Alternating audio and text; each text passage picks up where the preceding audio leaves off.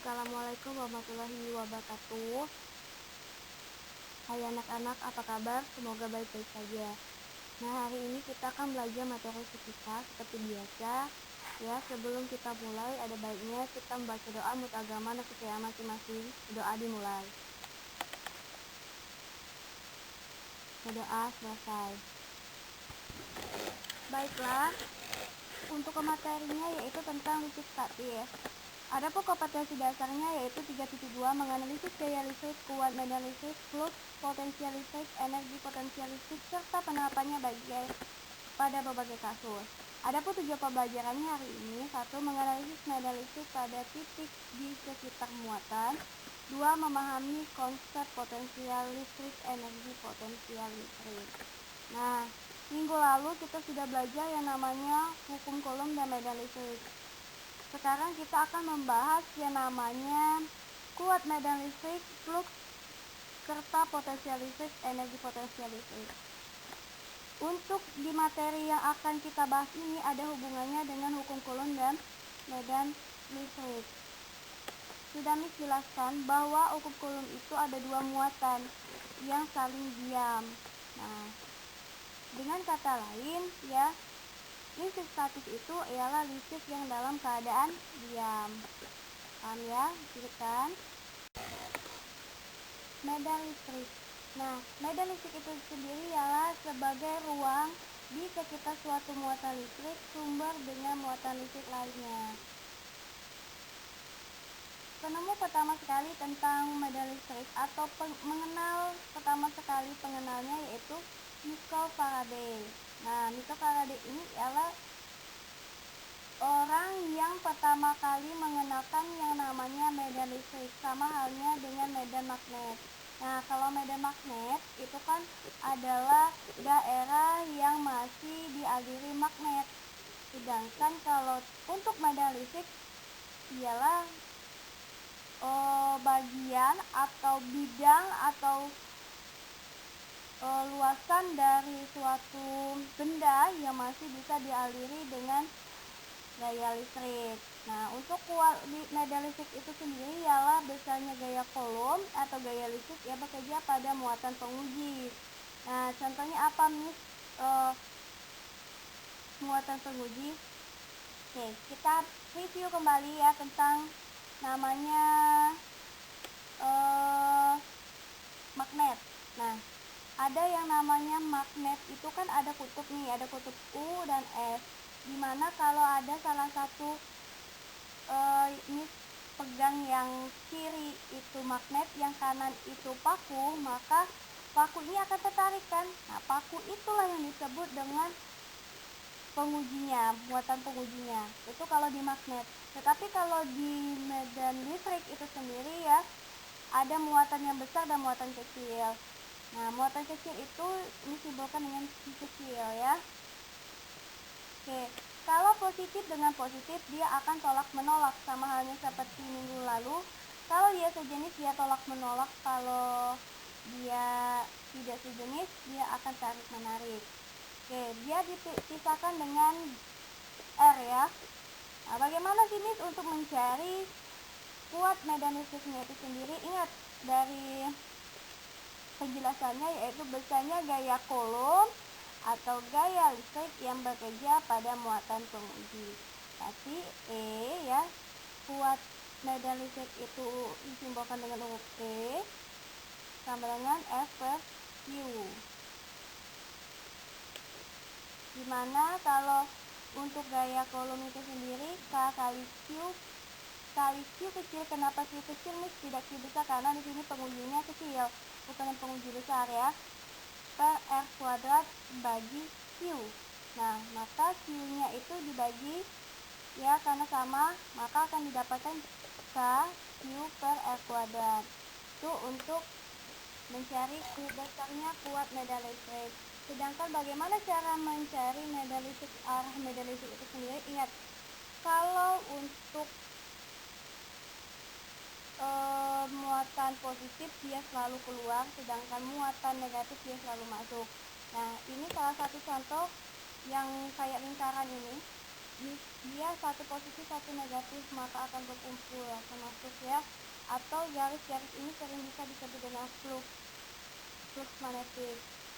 Flux magnetik itu sendiri disimbolkan kayak urut 0 di garis sama dengan E kali A, dimana A ini adalah luas penampangnya ya. Nanti ini contoh soalnya, sebuah benda bermuatan listrik Q sama dengan plus 50 mikrocoulomb di udara.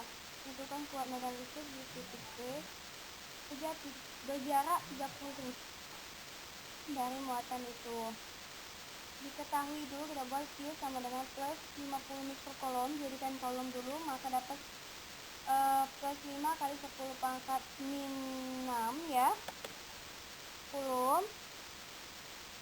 Maaf, bukan min 6, ini min 5 coulomb. Kenapa ini min 5 tidak min 6? Karena di sini kan 50, di sini buat 5, jadi 10 pangkat min 5 saja.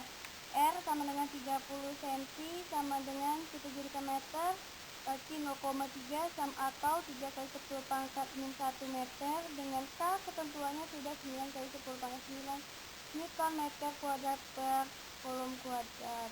Nah, ini gambarnya ya. Positif, ada muatan besar, muatan kecil ya, maka yang E dapat dari ini ya, ingat ya, untuk mencari kuat medannya yaitu K kali Q per R kuadrat. Maka 9 kali 10 pangkat 9 dikali 5 kali 10 pangkat 5 dibagi dengan 3 kali 10 pangkat min 1 pangkat 2 sama dengan 5 kali 10 pangkat 6 Newton per coulomb. Jadi untuk mencari kuat medan listrik itu sendiri. Jadi paham ya. Selanjutnya kita masuk ke flux ya. Nah, gambar yang paling atas yaitu jika hanya satu lapisan ya, maka untuk mencari flux medan listriknya itu sendiri ialah kuat medan dikalikan dengan luas penampangannya atau luas permukaannya ya. Apa sih nih yang garis-garis itu? Ialah yang tadi, yang positif, negatif, yang arahnya tadi. Nah, ingat ini arahnya keluar. Kalau arahnya keluar itu pasti yang positif ya. Dimana simbol fluxnya seperti 0 ada garis ya, itu flux medan listrik. Satuannya Newton meter kuadrat per coulomb atau Weber. E itu ialah kuat medan listrik, satuannya Newton per coulomb. A sama dengan luas permukaan yang dilalui, satuannya meter persegi, pangkat 2 ya. Nah, untuk yang gambar kedua itu ialah jika ada dua plat, nah, dan dia membentuk sudut, maka kalian tinggal langsung saja EA cos theta. Itu jika dia dua plat dan dia ada sudutnya. Oke, paham ya? Lanjut ke energi potensial listrik dan potensial listrik. Nah, energi potensial listrik itu sendiri atau EP ya, merupakan besaran saklar. Nah, untuk energi potensial listrik dan potensial listrik itu sendiri, dia adalah besaran saklar. Dia hanya memiliki nilai tetapi tidak memiliki arah. Lain dengan kuat medan listrik tadi. Kalau kuat medan listrik tadi ialah besaran vektor. Dia memiliki arah dan nilai. Nah, untuk energi potensial ini sendiri ialah usaha untuk melawan gaya listrik saat memindahkan usaha sebesar N. Nah, ini ada gambar yang di bawah itu ya. Di tengah-tengah ada positif dan positif. Nah, kalau dia positif sama positif, dia akan tolak menolak, otomatis dia akan keluar. Ya enggak? Terus ada kayak panah, tulisannya ET ya. Itu bagaimana caranya yang sebelah kanan ini ya, yang positif kecil ini ya, atau penguji ini dipindahkan ke depan. Nah, itu kan memerlukan namanya usaha. Ya enggak? Usaha untuk melawan gaya listrik. Nah, itulah yang disebut dengan energi potensial itu sendiri. Nah, untuk mencari energi potensial itu sendiri sama dengan, ingat rumus usaha. Rumus usaha yaitu W sama dengan F kali S. Nah, sama halnya dengan usaha, energi potensial yaitu gaya dikalikan dengan jaraknya. Kalau biasa itu gaya dikali perpindahan untuk usaha, sedangkan untuk energi potensial listrik itu sendiri yaitu gaya dikali dengan jaraknya. Oke, kalau misalnya kita masukkan ke hukum Coulomb, maka akan didapatkan F-nya itu kita ganti K kali Q1 Q2 per R kuadrat dikalikan R. Oke, karena R kuadrat sama R bisa dicoret, jadi tinggal satu saja, yaitu EP sama dengan K Q1 Q2 per R. Itu untuk mencari energi potensial listrik EP-nya. Sedangkan untuk mencari energi listrik ya atau potensial listrik itu sama halnya seperti dinamis ya, simbolnya V ya. Dia juga besaran saklar. Energi potensial listrik ini ialah energi yang dia satuannya itu muatan penguji. Nah, jadi ada muatan penguji ya. Ada yang besar, ada yang kecil. Lihat gambar di paling bawah ya. Nah, sangat kecil yang dibatasi dengan R. Bagaimana untuk mencari energi potensial itu sendiri ya, untuk mencari potensial listrik itu sendiri? P, lihat sesuai dengan ketentuannya ya, energi potensial listrik tiap satuan penguji, berarti EP per Q. EP-nya tadi sudah ada Q, K, Q1, Q2 per R dibagi dengan Q. Maka akan dapatkan potensial listriknya yaitu K kali Q besar per R. Kenapa Q besar, Miss? Karena Q kecil dibagi Q kecil. Udah habis ya. Paham ya untuk potensial listrik ini. Oke, kita masuk ke contoh soal. Dua titik bermuatan listrik Q1 dan Q2 berjarak 4 meter satu sama lain. Jika Q1 sama dengan plus 18 mikrocoulomb, ternyata kuat medan listrik di titik T yang terletak pada garis hubung kedua muatan dan berjarak 3 meter dari Q1 besarnya 0. Tentukan potensial listrik di titik T. Nah, buat dulu diketahui, ditanya dijawab. Diketahui R sama dengan 4 meter, Q1 plus 18 mikrocoulomb, itu jadikan coulomb dulu, jadi dapatlah 18 kali 10 pangkat min 6 coulomb.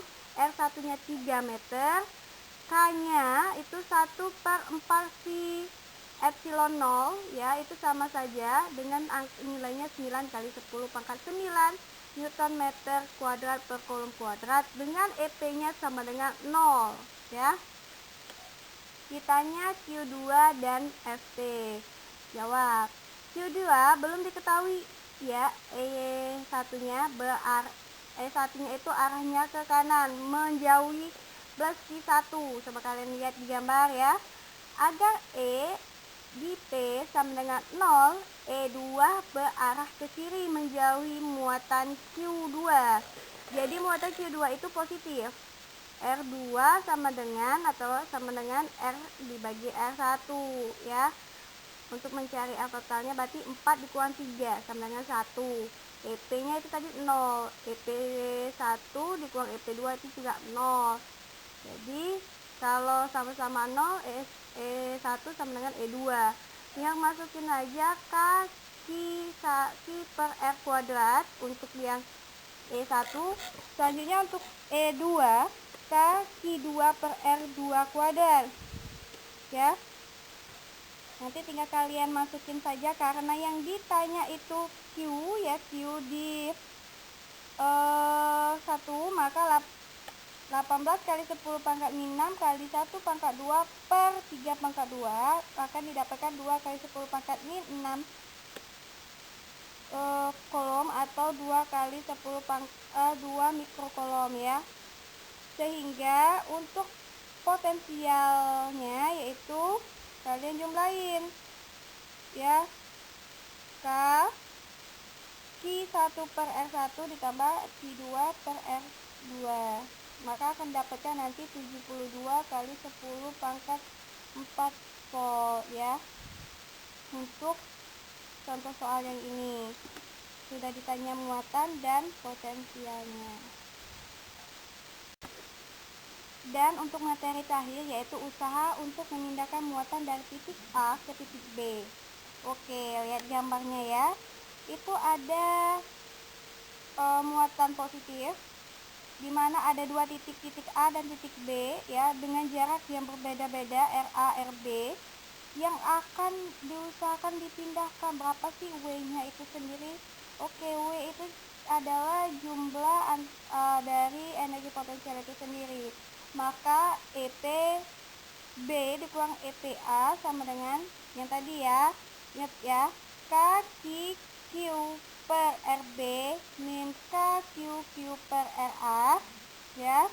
Karena K-nya itu bernilai sama, Q-nya itu kita keluarin saja ya, biar lebih gampang. Maka dapat W sama dengan Q per RB min Q per RA.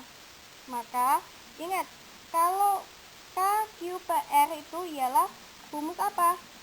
Beda potensial untuk listrik. Maka akan dapatlah W sama dengan Q kali delta V. Paham ya sampai sini?